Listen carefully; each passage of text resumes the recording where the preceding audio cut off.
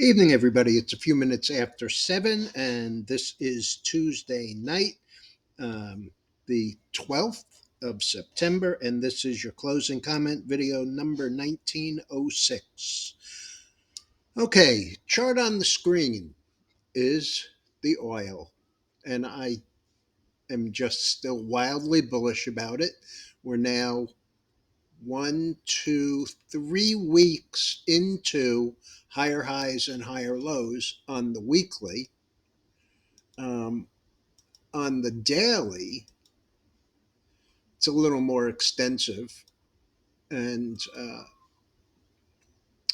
we had this great run, and then we had 6 days of sideways action, and today up on the upside nicely.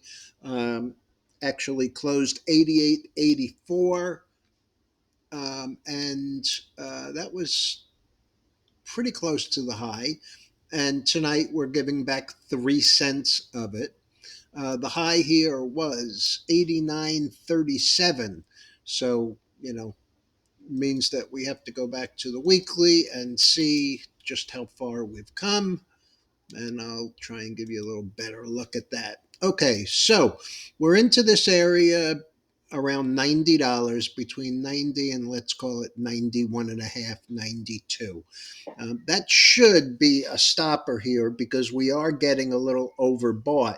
And tomorrow we have CPI and core CPI. And I'm expecting those numbers to be higher than expected. So, inflation wise, worse. The reason for that is the chart you're looking at: heating oil, um, gasoline beginning a little, nat gas. We're coming into the winter now, and there was an article about the forming of a polar vortex, which would make for a very cold winter, as opposed to how we and Europe lucked out last year. So we're not yet overbought, but we're getting awfully close to it. I really like the fact that we have now stayed 2 weeks or a week and a half so far above that breakout. But, I really think this 92 area is going to be a problem. The market was kind of interesting today, and two of the biggest names were just horrendous, and those were Apple and Oracle.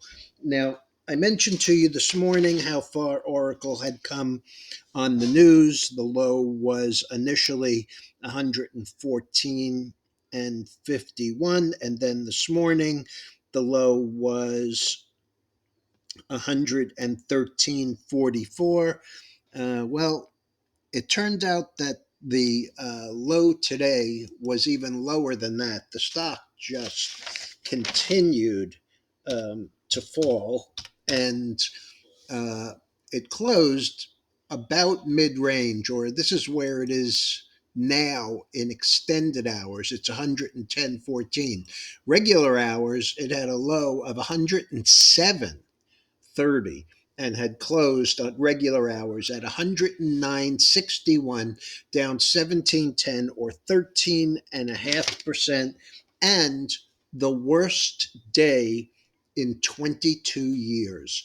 The last time that this stock had any kind of action like this was way back in 2001, I believe it was.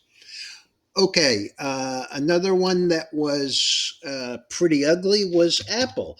Usually it moves higher, especially when they have an event like today. Didn't happen that way. You have to go back to last Tuesday when the stock had a high of 189.98. Wednesday, it was down almost $7. Thursday, it was down again, five and change. And then it rallied back on Friday with the rest of the market. Tried to make a little headway yesterday, And although it was up a dollar, that's less than 1%. Today, it got up as high as 180.13, and then it came down like a rock. 174 and 82 cents was the low. The close regular hours was 176.30, down 306. And tonight, that's about where it is right now. It's 76.38, so it's come back 8 whole cents. This does not bode well, particularly for the market, in that these are two very big names, and they're really having a problem here. Seasonally, it's not a great time. Earnings wise, I mean, you look at Apple, it's really hard to make a case for Apple here after 3 quarters of declining revenues. The new phone is great, and so what? Um, you got a company that sales are not growing, earnings are still slightly positive because they buy back so much stock. Um, Not great. And when these kind of names move, as you saw last week, they move hard and fast. Okay, one more out of nowhere. I actually hadn't been watching it. I tend to look at O'Reilly, um, the auto parts, but um, Advanced Auto Parts got a downgrade of their debt today by S&P Global.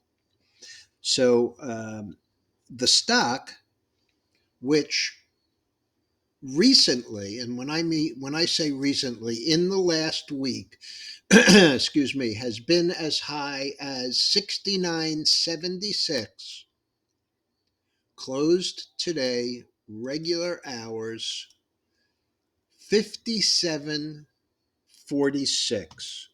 Um, that's kind of interesting.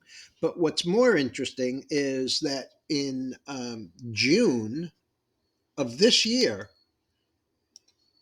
the stock was substantially higher. I believe that the all time high for the stock in 22 was in the neighborhood of 244, closed today 57. Last earnings period, the stock had a single day move. Let me just make sure I have that. Okay, had a single day move. It had closed the night before at 122.57, and the next day traded down to 72, down 39 or 35%. It's been going sideways here. This downgrade has taken it lower, as I said, 57.46 regular hours. Post market, down another 4 cents. So really not much. But this is what happens to stocks when the growth stops. And it's really hard to look at Apple with single digit growth based on stock buybacks selling at 27 times. I mean, I don't need to pay $27. You can go into any of the energies, the not so much the internationals, but the ones here. And as I mentioned in both the letter and yesterday again in one of my videos, energy has underperformed the S&P and could really expand out of here, and frankly is cheap on a PE basis or sales basis or revenue basis. It's cheap. Okay, so the Dow rallied back a little, closed down only 1773. The Nasdaq was pounded again. It was the biggest loser, over a percent, 144 28 to the downside. Advanced declines were about 4 to 5 to the downside, 5 to 4 to the downside. NYSE was 15 to 13 to the downside. Volume was slightly higher at 4.6 billion. The S&P was down 0.5%. The Russell was actually up 18 cents, 0.01. I have no idea where that even came from.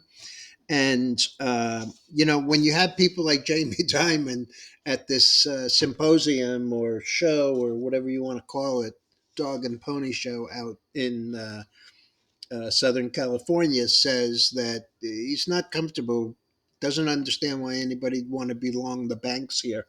So, a word to the wise. Tomorrow we have mortgage apps at 7. At 8:30 we have CPI and core CPI. At 10:30 we have crude inventories, and at 2 o'clock we have Treasury budget, which is always a joke. And one thing that I didn't see this morning in the pre-open was the small business optimism.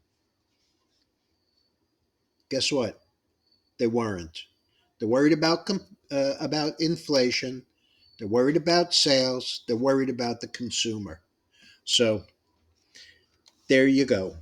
Um, as I said, the energy was up. Oil up $1.55. Net gas was up 13 cents. The gold was down $12. The silver was up 2 cents. Bitcoin bouncing off that 24,900 yet again. 26,125 up 1,095 with a high of 26,400. The dollar was slightly higher, up 15 cents, while the bonds were up 3/8 of a point. Tonight, just to give you an idea of where all of these other things are, we're giving back 7 cents in the oil, and everything else is really minor. We have corn and soybeans down. We have wheat slightly higher.